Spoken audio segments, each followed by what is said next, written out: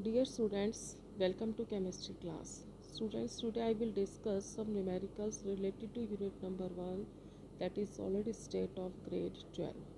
Students, आज जो मैं numericals आपको explain करने जा रही हूँ वो ना तो डेंसिटी बेस्ड हैं, न ही डिफेक्ट्स बेस्ड हैं और न ही NCERT एक्सरसाइजेज से रिलेटेड हैं, बट इम्पॉर्टेंट है इसलिए मैंने सोचा मैं आपको समझाऊँ। स्टूडेंट्स, इसमें जो सबसे पहले टाइप के न्यूमेरिकल्स करेंगे उसमें हम किसी भी कंपाउंड का फॉर्मूला प्रेडिक्ट करेंगे और उसके लिए हमें number of atoms per unit cell की इंफॉर्मेशन होनी चाहिए। इसीलिए मैंने ये टेबल फॉर्म करी है स्टूडेंट्स, ताकि हम इसको रिकॉल कर सकें और हमें न्यूमेरिकल्स करने में कोई दिक्कत ना आए। और ये हम पहले ही स्टडी कर चुके हैं स्टूडेंट्स कि अगर एक सिंपल यूनिट सेल्स है तो उसमें number of atoms per unit cell जो है वो 1 होंगे। अगर BCC है तो उसमें 2 होंगे, FCC में 4 होंगे, एंड सेंटर्ड में 1 होंगे। अगर किसी भी क्यूब की अगर हम बात करते हैं स्टूडेंट्स, उसमें टोटल कॉर्नर्स 8 होते हैं, फेसेस जो हैं वो 6 होते हैं, बॉडी डायगोनल्स 4 होते हैं और एज लेंथ्स जो है वो 12 होती हैं। जहाँ तक बात एज लेंथ की आती है स्टूडेंट्स, तो एज लेंथ 12 कैसे होती है, 12 कैसे हो सकती है वो आप देख लीजिए कि ये अगर हमारा 1 है, 2 हो गया, ये 3 हो गया, ये 4 हो गया, ये 5 हो गया, ये 6, ये 7, ये 8, तो ये हमारी 8 एज लेंथ्स आ गई हैं। इसके अलावा फिर यहाँ पर हमारे आगे 9, 10, 11 एंड 12, इस तरह से टोटल एज लेंथ्स कितनी हो जाएगी, 12 हो जाएगी स्टूडेंट्स। इसके अलावा हमने स्टूडेंट्स ये भी पढ़ा था contribution by a particle present on, अगर कोई पार्टिकल कॉर्नर पे प्रेजेंट है यूनिट सेल के तो उसका कंट्रीब्यूशन होगा 1/8। अगर वो फेस के किसी भी यूनिट सेल के फेस के सेंटर पर है तो उसका कंट्रीब्यूशन 1/2 होगा। अगर वो बॉडी के सेंटर पर है तो उसका कंट्रीब्यूशन 1 होगा। अगर वो एच के सेंटर पर है तो उसका कंट्रीब्यूशन 1/4 होगा। और अगर वो बॉडी डायगोनल पर है, स्टूडेंट्स बॉडी डायगोनल क्या होते हैं, जैसे ये एक क्यूब है, ये क्यूब का स्ट्रक्चर बना हुआ है स्टूडेंट्स, इसमें आपके टोटल अगर हम बात करें बॉडी डायगोनल्स की तो 2 तो ये डॉटेड रेड लाइन वाले हो गए हमारे और 2 हमारे ये ग्रीन लाइन वाले हो गए, यानी कि टोटल कितने हो जाते हैं, 4 हो जाते हैं।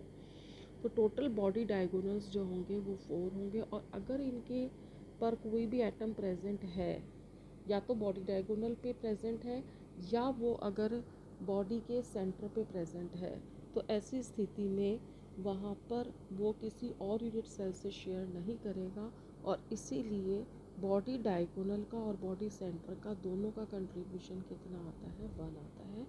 और अगर हम ऑल्टरनेट फेसिस की बात करें या एंड सेंटर्ड की बात करें, जिसमें कि एक छोड़कर एक फेस सेंटर्ड होंगे, जैसे कि अगर हम इस क्यूब की ही बात कर लें स्टूडेंट्स, तो अगर ये फेस का सेंटर और ये फेस का सेंटर दोनों अपोजिट हैं तो ये क्या कहलाएगा, एंड सेंटर्ड कहलाता है। तो उसके भी कंट्रीब्यूशन कितना होता है, 1/2 ही होता है और ये उतना ही होता है जितना फेस के सेंटर का होता है। तो ये तो स्टूडेंट्स वो सारी इन्फॉर्मेशन है जो हम पहले ऑलरेडी डिस्कस कर चुके हैं। यहाँ तो मैं आपको सिर्फ एक जस्ट हमने रिवाइज़ करा है ताकि हमें न्यूमेरिकल करने में कोई दिक्कत ना आए। सेकंड टाइप की जो न्यूमेरिकल्स होंगे ना स्टूडेंट्स, वो होंगे ऑक्टाहेड्रल वॉइड्स और टेट्राहेड्रल वॉइड्स के नंबर्स पर बेस्ड होंगे स्टूडेंट्स। और यहाँ पर जो हमारा फॉर्मूला काम करेगा, यहाँ पर भी हमें स्टूडेंट्स किसी ना किसी कंपाउंड का फॉर्मूला प्रेडिक्ट करना है और इसके लिए हमें ये जानकारी होनी ज़रूरी है कि अगर कोई एटम या आयन CCP HCP या किसी भी क्रिस्टल फॉर्म में है तो उसमें जो नंबर ऑफ़ एटम्स होंगे that will be equal to number of octahedral voids, and the number of tetrahedral voids are twice the number of octahedral voids. और इसमें जो बेसिक हमारा फॉर्मूला काम करेगा स्टूडेंट्स वो यही है कि अगर नंबर ऑफ़ एटम्स हमारे n होंगे तो ऑक्टाहेड्रल वॉइड्स भी n होंगे, लेकिन टेट्राहेड्रल वॉइड्स जो है वो 2n होंगे अकॉर्डिंग टू दिस फार्मूला। जो अगला नेक्स्ट टाइप के न्यूमेरिकल होंगे स्टूडेंट्स वो इस वाले फार्मूले पे डिपेंड करें पर से रिलेटेड होंगे, जिसमें हमने बात कर रखी है टेट्राहेड्रल वॉइड और ऑक्टाहेड्रल वॉइड की रेडियस की बात करी है स्टूडेंट्स, रेडियस की। तो capital R is the radius of atom and small r is the radius of either tetrahedral void और ऑक्टाहेड्रल वॉइड। ठीक है। और अगर हम कैटायन और एनायन से संबंधित बात करते हैं तो जो टेट्राहेड्रल वॉइड की रेडियस या ऑक्टाहेड्रल वॉइड की रेडियस है उसको हम आर प्लस से शो करेंगे और एटम की रेडियस को हम आर नेगेटिव से यानी एनायन की रेडियस से रिप्रेजेंट करेंगे। सब कुछ स्टूडेंट्स हम डिस्कस कर चुके हैं, इनका डेरिवेशन भी कर चुके हैं। यहाँ मैं आपको इसीलिए रिवाइज़ करा रही हूँ कि मैं अभी न्यूमेरिकल करने में कोई प्रॉब्लम ना आए। और लास्ट में स्टूडेंट्स हम रेडियस रेशो से रिलेटेड न्यूमेरिकल्स करेंगे। रेडियस रेशो में स्टूडेंट्स एक्चुअली जो कैटायन की रेडियस होती है और जो एनायन की रेडियस होती है दोनों का रेशो ले लेते हैं हम। और ये रेशो की रेंजेस हमने देखी थी स्टूडेंट्स कि अगर वो 0.155 से 0.225 है तो कोऑर्डिनेशन नंबर 3 होगा और उसकी स्ट्रक्चरल जो होगा वो ट्रायंगुलर प्लेनर होगा। इसी तरीके से नेक्स्ट है और इसी तरीके से इन सभी में हमने देखा है कि जैसे जैसे रेडियस रेशो की रेंज चेंज हो रही हैं, कोऑर्डिनेशन नंबर चेंज हो रहे हैं, इसके साथ ही स्ट्रक्चरल अरेंजमेंट भी चेंज हो रहा है। और कुछ इसके मेन एग्जांपल्स थे स्टूडेंट्स, जैसे कि अगर कोऑर्डिनेशन नंबर 4 है तो इसका एग्जांपल ZNS है, और अगर कोऑर्डिनेशन नंबर 6 है तो रॉक सॉल्ट या NaCl है, और अगर कोऑर्डिनेशन नंबर 8 है तो वो सीजियम क्लोराइड है। तो ये स्टूडेंट्स वो फॉर्मूले थे जिनको मैंने एक बार आपको वो फार्मूले हैं जिनको रिवाइज़ करा दिया है ताकि हमें न्यूमेरिकल्स में कोई दिक्कत ना आए। अब हम सबसे पहले टाइप नंबर 1 के न्यूमेरिकल्स देख लेते हैं। टाइप नंबर 1 में स्टूडेंट्स सबसे पहले हमारे आते हैं numerical problem number 2। Problem number 2 देख लेते हैं students. A compound is formed by elements A and B has a cubic structure in which A atoms are at corners and the B atoms are at the face center।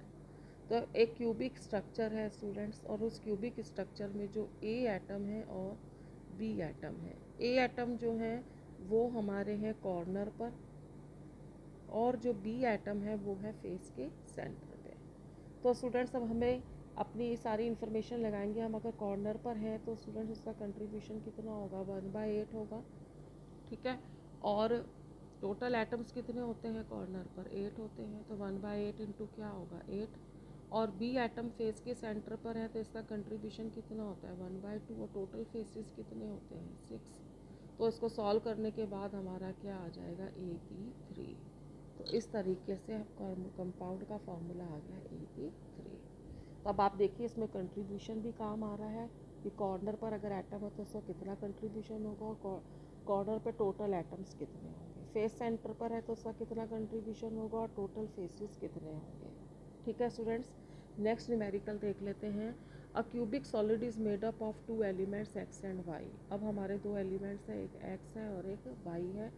Y atoms are present at corners, it means it will be 1/8 into 8। 1/8 is contribution and 8 is total number of atoms present at corners। और जो X atoms हैं वो body के centre पर है, body के centre पर है तो उसका कंट्रीब्यूशन 1 होगा, और बॉडी के सेंटर पर एटम भी कितने होते हैं 1 ही होते हैं। तो इस तरीके से स्टूडेंट्स यहाँ पर भी हमारा फॉर्मूला जो बना वो क्या बन गया XY आ गया, X1 Y1। इसका मतलब ये कितना हो गया XY हो गया है। नेक्स्ट आता है इसके अंदर स्टूडेंट्स हमारा न्यूमेरिकल नंबर 5। ये मैं आपको पहले भी एक्सप्लेन कर चुकी हूँ और एक बार फिर से हम देख लेते हैं स्टूडेंट्स। इम्पॉर्टेंट है और कुछ अलग टाइप का न्यूमेरिकल है ये वाला हमारा। Calculate the approximate number of unit cells. हमें नंबर ऑफ यूनिट सेल्स निकालनी है students in 1 gram gold. 1 gram gold के अंदर हमें नंबर ऑफ यूनिट सेल्स निकालनी है।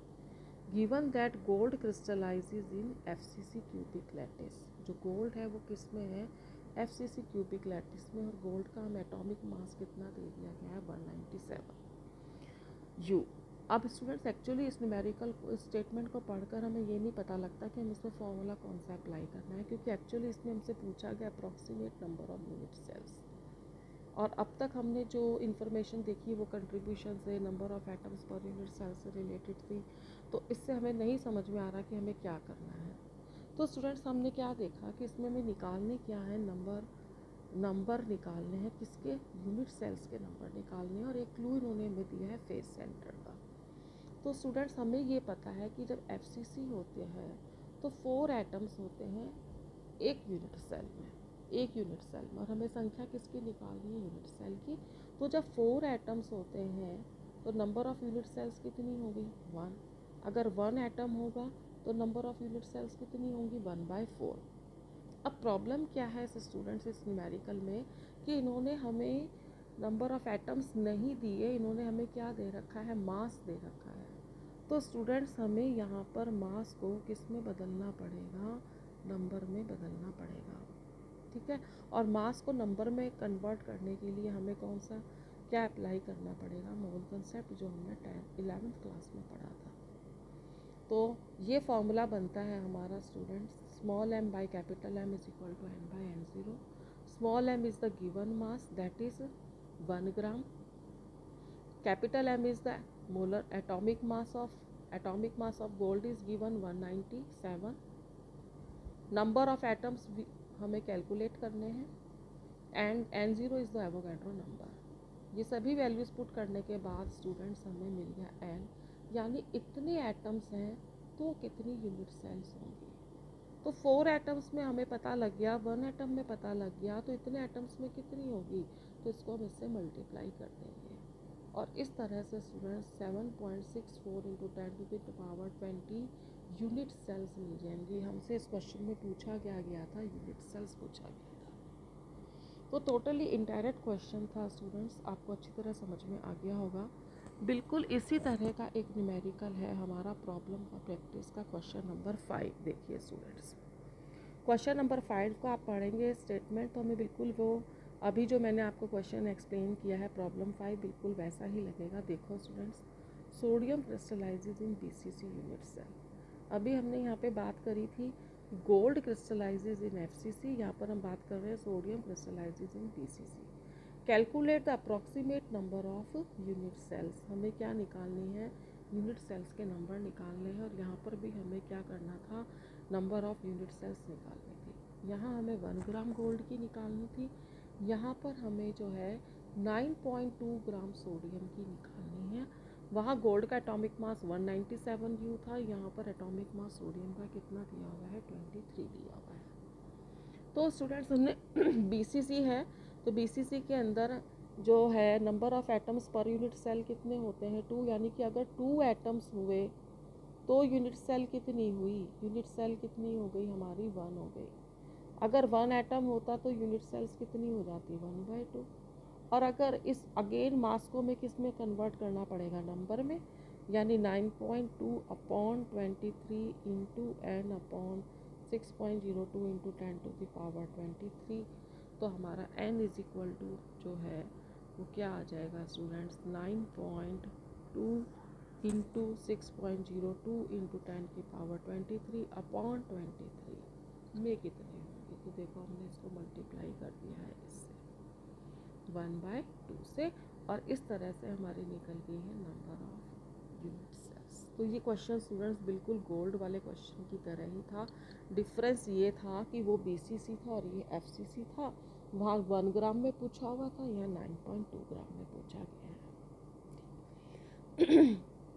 नेक्स्ट क्वेश्चन देखते हैं students. First question problem for practice का, a compound is formed by elements X and Y। Again हमारा कंपाउंड जो है वो किससे मिलकर के बना हुआ है स्टूडेंट्स, X और Y से मिलकर के बना हुआ है। अब हम देख लेते हैं कि Y एटम्स तो कॉर्नर पर हैं और X एटम ऑल्टरनेट फेसेस पर हैं। Y एटम कहाँ है, कॉर्नर पर है, और X एटम कहाँ है, ऑल्टरनेटिव फेस सेंटर पर है। अब देखो स्टूडेंट्स, ऑल्टरनेटिव फेस सेंटर पे हो चाहे वो फेस सेंटर पर हो, कंट्रीब्यूशन कितना होगा, 1/2। टोटल फेसेस 6 होते हैं लेकिन ऑल्टरनेटिव फेसेस कितने होते हैं, 2 होते हैं। और Y कॉर्नर पर है स्टूडेंट्स, तो कॉर्नर के एटम्स का कंट्रीब्यूशन 1/8 और टोटल कितने हो गए, 8 हो गए। और इस तरह से हमारा फार्मूला क्या बन गया, X1Y1, यानी कि फार्मूला बन गया XY। ठीक है स्टूडेंट्स, फर्स्ट का आंसर आ गया हमारा XY। सेकेंड क्वेश्चन देखते हैं students, calculate the number of atoms in a cubic base unit cell having 1 atom on each corner. Corner पे कितने एटम हैं, 1, and 2 atoms on each body diagonal. हर बॉडी डायगोनल पे 2 एटम हैं। तो हमें यहाँ स्टूडेंट्स नंबर ऑफ क्या निकालने, एटम्स निकालने। फॉर्मूला नहीं बनाना या फॉर्मूला प्रेडिक्ट नहीं करना, यहाँ हमें क्या निकालने हैं, नंबर ऑफ एटम्स निकालने हैं। तो स्टूडेंट्स देखिए, समझ के करना है ये वाला भी न्यूमेरिकल हमको। तो इसके अंदर अब आप देखिए कैसे करना है स्टूडेंट्स कि अगर हमारा एटम में कॉर्नर है, तो बताओ कॉर्नर पे कितने एटम होंगे? 8 होंगे। टोटल बॉडी डायगोनल कितने थे स्टूडेंट्स? टोटल बॉडी डायगोनल होते हैं 4, और हर बॉडी डायगोनल पे कितने एटम है? 2 एटम्स हुए। और कॉर्नर पर हमारे एटम्स की शेयरिंग कितनी थी? 1/8 इंटू 8, यानी टोटल एटम्स कितने आ गए? 1। बॉडी डायगोनल की शेयरिंग तो 1 होती है, तो टोटल ये कितने हो गए? 8। अब नंबर ऑफ एटम्स टोटल कितने हो गए स्टूडेंट्स? 1 तो हो गया कॉर्नर का और 8 हो गए बॉडी डायगोनल्स के, यानी टोटल कितने हो गए? 9 हो गए। तो देखिए स्टूडेंट्स, यहाँ पर हमें निकालना था number of atoms in a cubic base unit cell, तो वो हमारे कितने आ गए हैं? 9 आ गए हैं। ठीक है स्टूडेंट्स, नेक्स्ट क्वेश्चन देख लेते हैं स्टूडेंट्स। 3rd नंबर का क्वेश्चन आप, a compound is made up of elements A and B, A और बी से बनकर बना है। A atoms present on corner as well as face centre. A atom कहाँ है? कॉर्नर पर और फेस सेंटर पर है। ए एटम जो है वो 2 जगह पर है, कॉर्नर पर भी है और फेस के सेंटर पे भी है। और जो बी एटम्स हैं वो एज के सेंटर पे भी हैं और बॉडी के सेंटर पर भी हैं। वो जो है बी एटम जो है वो एज के सेंटर पर भी हैं और वो बॉडी के सेंटर पर भी हैं। ठीक है, तो वो क्या कह रहे हैं हमसे? What is the formula of compound? उस कंपाउंड का फॉर्मूला क्या होगा? And draw the structure of its unit cell, और हमें इसकी यूनिट सेल्स का क्या करना है? स्ट्रक्चर भी ड्रॉ करना है। तो देखो स्टूडेंट्स, ए कॉर्नर पर है, इसका मतलब क्या हो जाएगा? यहाँ पे लिख देती हूँ स्टूडेंट्स, ए 1/8 इंटू 8 कॉर्नर। फेस सेंटर के लिए क्या करेंगे? कंट्रीब्यूशन 1/2, और टोटल फेसेस कितने हो गए? 6। ये तो बात हो गई हमारी ए की। अब हम बी की बात करते हैं स्टूडेंट्स, तो बी हो गए एज के सेंटर पे, कंट्रीब्यूशन कितना हो गया? 1/4, और टोटल एजेस कितने हो गए? 12 हो गए। और बॉडी के सेंटर पर है, यानी 1 इंटू 1 हो गया। तो बताइए अब हमारे पास में ए कितने हो गए स्टूडेंट्स? 1 और 3, यानी ए कितने हो गए हमारे पास में? 4 हो गए। और जो बी है स्टूडेंट्स वो कितने हो गए हमारे? ये 3 आ गया, 3 + 1, यानी कि बी भी कितने हो गए? 4, यानी फॉर्मूला हमारे पास क्या आ गया? ए बी आ गया।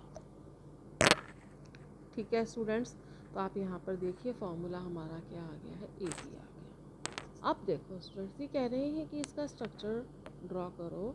इसका स्ट्रक्चर स्टूडेंट बिल्कुल NaCl की तरह ही होगा, जो मैंने आपको अपनी फर्स्ट चैप्टर की फर्स्ट वीडियो एक्सप्लेन करी थी। फर्स्ट या सेकंड वीडियो में मैंने आपको एक्सप्लेन किया था, एक बार फिर से मैं आपको बता देती हूँ। ये वाला स्ट्रक्चर आप देखिए स्टूडेंट्स, ये बना हुआ है हमारा स्ट्रक्चर। इसमें ए एटम है हमारे, जो ब्लू डॉट से दिखा रखे हैं। ये कहाँ है स्टूडेंट्स? कॉर्नर पर और फेस के सेंटर पर। आप देखिए ये हमारे क्या आ गए हैं? कॉर्नर्स आ गए। ये वाले हमारे 8 क्या आ गए? कॉर्नर्स आ गए। और ये हमारे क्या आ गए हैं? फेस के सेंटर्स आ गए। ये हमारे आ गए फेस के सेंटर आ गए। और जो रेड कलर का है वो बी एटम्स हैं, जो एज के सेंटर पर हैं। एजेस कितने हैं? 12 एज के सेंटर पर आ गए, यानी कि 1 2 3 4 5 6 7 8 9 10 11 एंड 12, और एक बॉडी के सेंटर पर है, तो ये हो गया बॉडी के सेंटर पे। ठीक है, तो ये स्ट्रक्चर मैं आपको ऑलरेडी एक्सप्लेन कर चुकी हूँ स्टूडेंट्स। आप पहले फर्स्ट या सेकंड वीडियो में देखना, उसमें मैंने आपको एक्सप्लेन कर रखा है कि कैसे हमें इसको ड्रॉ करना है। ठीक है स्टूडेंट्स, तो ये हमारे एक टाइप के न्यूमेरिकल हो गए स्टूडेंट्स। आपने देखा कि सभी न्यूमेरिकल्स में हमें कंट्रीब्यूशन ऑफ एटम्स की ज़रूरत पड़ रही है, नंबर ऑफ एटम्स की ज़रूरत पड़ रही है, टोटल कितने कॉर्नर्स हैं, फेसिस है, बॉडी डायगोनल्स है, इसकी ज़रूरत हमें पड़ी। और उसी के ऊपर बेस्ड न्यूमेरिकल्स थे, सिंपल से थे। नेक्स्ट अब हम देखते हैं students type 2 numericals. Type 2 numerical जो है स्टूडेंट्स वो इस फॉर्मूले के ऊपर बेस्ड हैं कि टेट्राहेड्रल वॉइड और ऑक्टाहेड्रल वॉइड की जो रेडियस है ना, उससे रिलेटेड न्यूमेरिकल्स हैं, जो मैंने आपको अभी यहाँ पे बताए थे स्टूडेंट्स। ये वाले जो है रेडियस से रिलेटेड न्यूमेरिकल्स हैं, ये वाले रेडियस से रिलेटेड आएंगे। तो इसमें आप देख लीजिए सिंपल सा न्यूमेरिकल है, एक दो बात है जो हमारी समझने की है, तो वो आप देख लीजिए। पहला क्वेश्चन देखते हैं students, a solid AB has NaCl structure. Student जब वो NaCl का नाम लेते हैं ना, तो इससे हमें एक क्लू मिल जाता है ऑक्टाहेड्रल का। यानी कि ये ऑक्टाहेड्रल वॉइड की बात कर रहे हैं। रेडियस ऑफ कैटायन 100 पिकोमीटर है, कैटायन की रेडियस दे दी है। What is the radius of anion, हमें एनायन की रेडियस निकालनी है। कैटायन की रेडियस दे दी है, एनायन की रेडियस निकालनी है, ऑक्टाहेड्रल है, तो भाई फॉर्मूला कौन सा लगेगा, R plus is equal to 0.414 R negative, R plus is given and R negative हमें कैलकुलेट करना है। जो R प्लस की यूनिट होगी वही R नेगेटिव की यूनिट हो जाएगी। ये पिकोमीटर में है तो इसलिए पिकोमीटर में आ जाएगा। ठीक है स्टूडेंट्स। इसके बाद में स्टूडेंट्स हम नेक्स्ट न्यूमेरिकल देखते हैं टाइप 3। टाइप 3 में स्टूडेंट्स यहाँ पर भी हम ऑक्टाहेड्रल वॉइड की और टेट्राहेड्रल वॉइड की बात करेंगे, लेकिन उनके नंबर की बात करेंगे, रेडियस की बात नहीं करेंगे। और यहाँ हमारा स्टूडेंट्स अभी जो मैंने फॉर्मूला आपको बताया था कि अगर नंबर ऑफ एटम्स जो हैं वो n है तो ऑक्टाहेड्रल वॉइड भी n होंगे और टेट्राहेड्रल वॉइड्स 2n होंगे। ये वाला फॉर्मूला हमारा काम करेगा। फर्स्ट न्यूमेरिकल देख लीजिए students. A compound is formed by 2 elements x and y, 2 elements से मिलकर के बना है।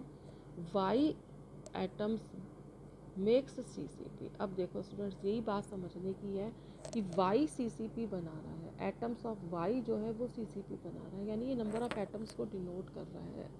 यानी स्टूडेंट्स y की संख्या कितनी हो गई, n हो गई। ये बात हमें स्टेटमेंट पढ़ के स्टूडेंट पहला काम हमें यही करना है कि वो कौन है जो CCP या HCP वगैरह बना रहा है, वही नंबर ऑफ एटम्स और वही n होंगे। ठीक है, सीधा सीधा हमने लिख दिया, पहले ही लिख दिया स्टूडेंट्स हमने कि जो हमारे एटम्स हैं वो कितने हैं, n, ऑक्टाहेड्रल वॉइड कितने होंगे n, टेट्राहेड्रल वॉइड कितने होंगे 2n, हमने पहले ही लिख दिया अभी। ठीक है, और y जो है वो एटम्स हैं, यानी उनकी संख्या कितनी हो गई, n हो गई, y की संख्या n हो गई है। x एटम्स जो हैं वो सभी ऑक्टाहेड्रल वॉइड्स में हैं, यानी कि x की संख्या भी कितनी हो गई n, x की संख्या भी n, y की संख्या भी n। फॉर्मूला हमारा क्या बन गया, x y बन गया। ठीक है स्टूडेंट्स, नेक्स्ट न्यूमेरिकल देखो, ये NCERT का सॉल्व एग्जाम्पल है स्टूडेंट्स। यहाँ देख लीजिए आप, atoms of B forms HCP। B HCP बना रहा है, यानी ये नंबर ऑफ एटम्स बन गया हमारा। ठीक है, ये हमारा आ गया B आ गया।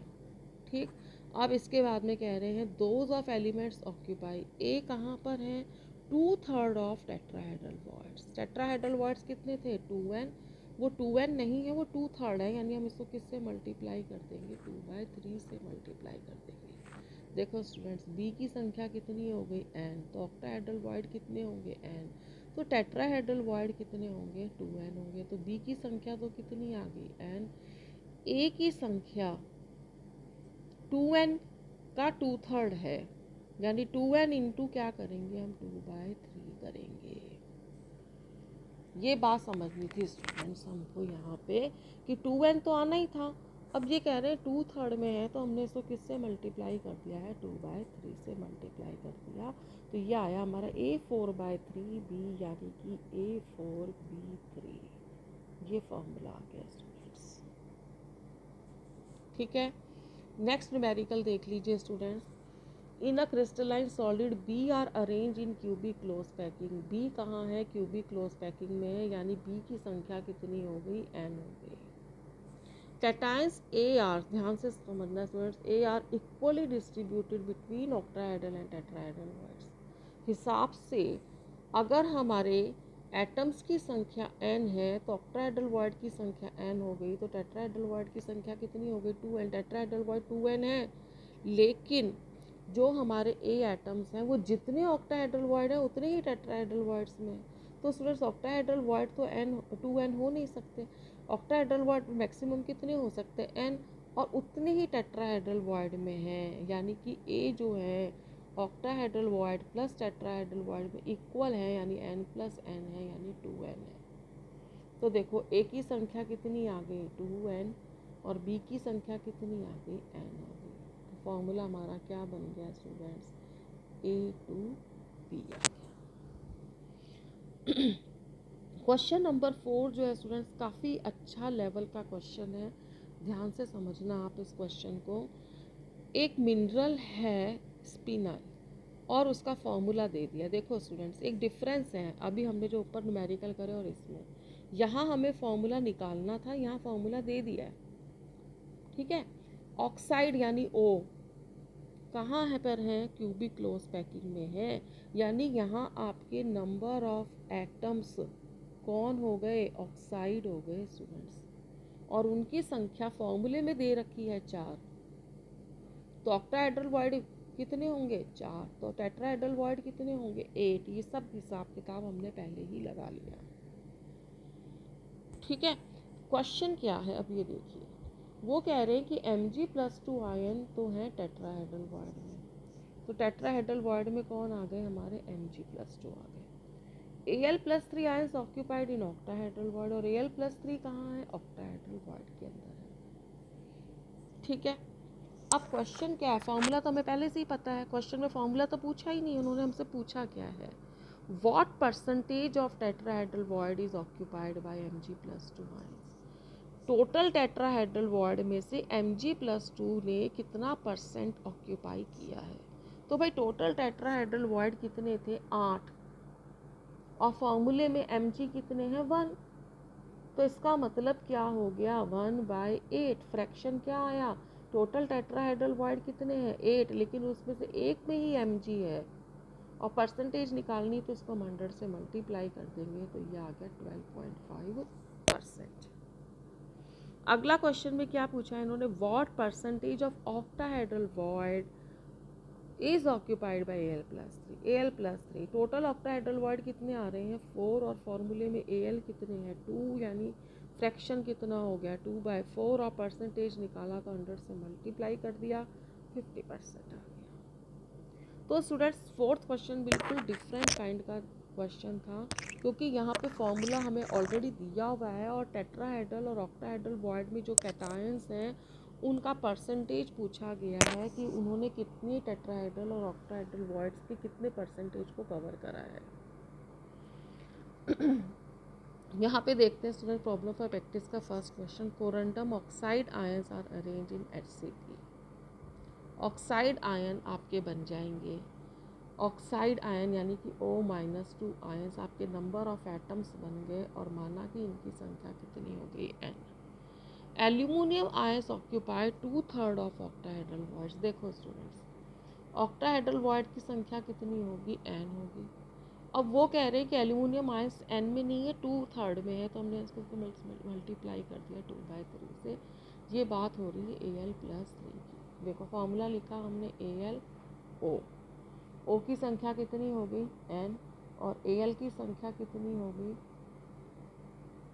N × 2/3।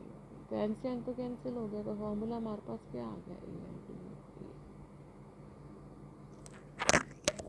ठीक है, क्वेश्चन सेकंड देख लेते हैं students. Again oxide ions form CCP, यानी ऑक्साइड की संख्या कितनी हो गई स्टूडेंट्स, ऑक्साइड की संख्या हो गई हमारी N, ऑक्टाहेड्रल वॉइड की N, और टेट्राहेड्रल वॉइड की 2N। 1/6 of tetrahedral voids are occupied, 1/6 यानी मैं इसको किससे मल्टीप्लाई कर दूँ, 1/6। ठीक है, बाय कैटायंस B, तो ये हमारे कौन हो गया, B हो गया, और ये कौन हो गया, O हो गया, यानी एक हमारा हो गया B और एक हो गया O। देखो जो एनायन है ना उसको बाद में लिखेंगे, कैटायन को पहले लिखेंगे।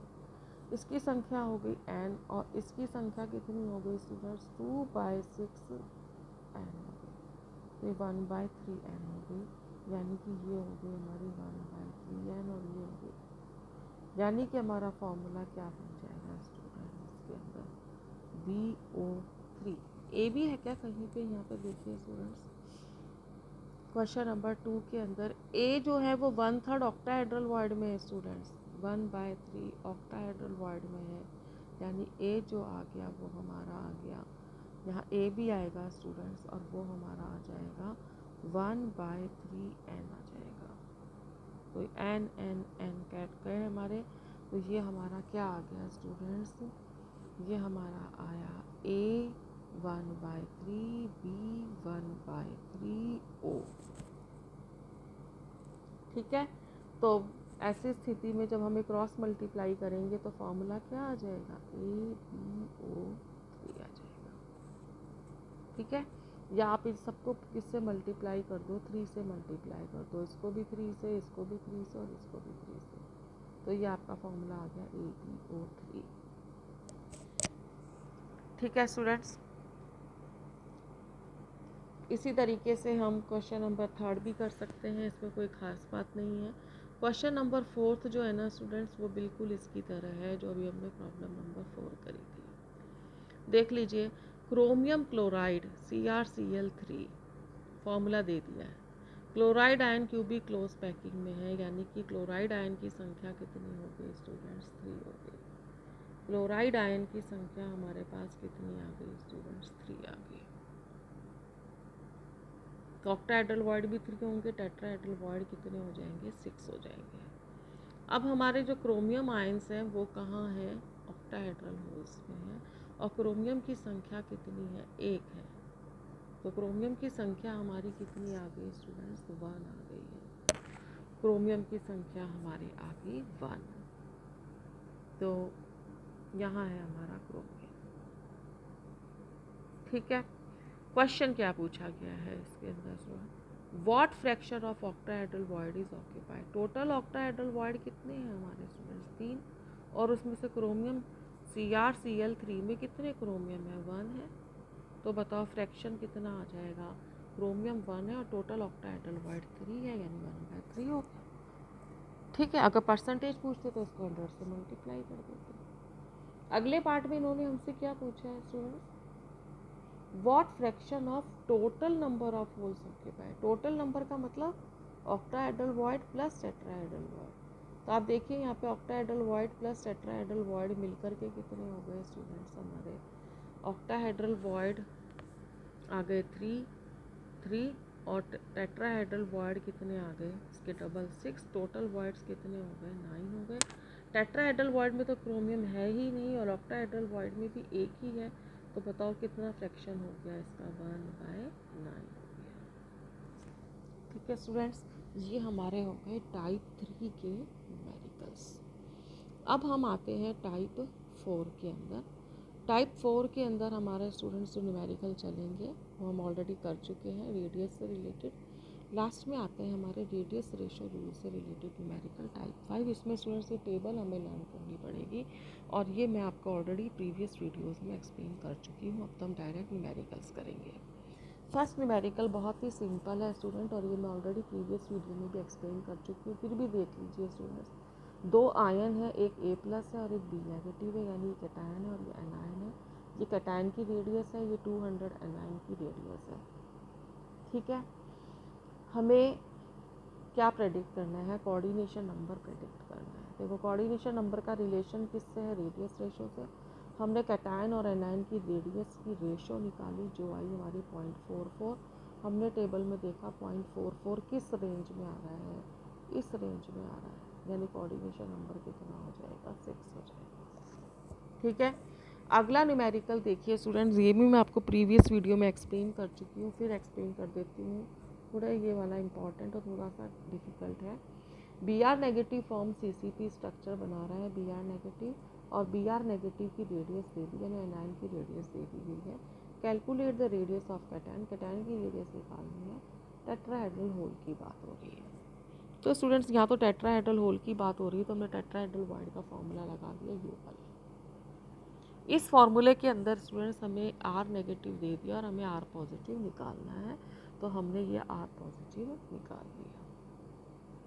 ठीक है, ये स्टेप नंबर 1 था, हमारा पहला पार्ट था क्वेश्चन का। सेकंड पार्ट में वो हमसे क्या कह रहे हैं, कैन अ कैटायन A+, अगर कोई कैटायन A+ है और उसकी रेडियस 82 पिकोमीटर है, यानी कैटायन की रेडियस उन्होंने हमें दे दी और एनायन की रेडियस हमें पहले से ही पता है 195 है, तो वो कह रहे हैं कि क्या ये ऑक्टाहेड्रल होल में आ सकता है, ये A+ जो है कैटायन, क्या ये ऑक्टाहेड्रल होल में आ सकता है, ये क्वेश्चन है। तो हम यहाँ रेडियस रेशो का फॉर्मूला अप्लाई करेंगे। कैटायन की रेडियस इन्होंने हमें 82 पिकोमीटर दी, एनायन की रेडियस हमें 195 पिकोमीटर पता है, दोनों को डिवाइड करके रेशो निकाला, रेशो को देखा किस रेंज में आ रहा है, क्या वो ऑक्टाहेड्रल की रेंज में आ रहा है? ऑक्टाहेड्रल की रेंज स्टूडेंट्स 0.414 से लेकर के ये है, यस ये इस रेंज में आ रहा है। इसका मतलब A प्लस को ऑक्टाहेड्रल मोड में हम स्लिप कर सकते हैं, डाल सकते हैं। ठीक है स्टूडेंट्स, नेक्स्ट क्वेश्चन देख लीजिए students, question number 1 problem for practice का। यहाँ पे देखिए स्टूडेंट्स, आपको Mg+2Cs+ ये दो कैटायन है, इनकी रेडियस दे दी है 0.65 एंगस्ट्रॉम एंड 1.69 एंगस्ट्रॉम। इसके अलावा आपको 3 एनायन दे दिए हैं, ऑक्साइड, सल्फाइड एंड क्लोराइड, और इन तीनों की रेडियस भी आपको दे दी गई है।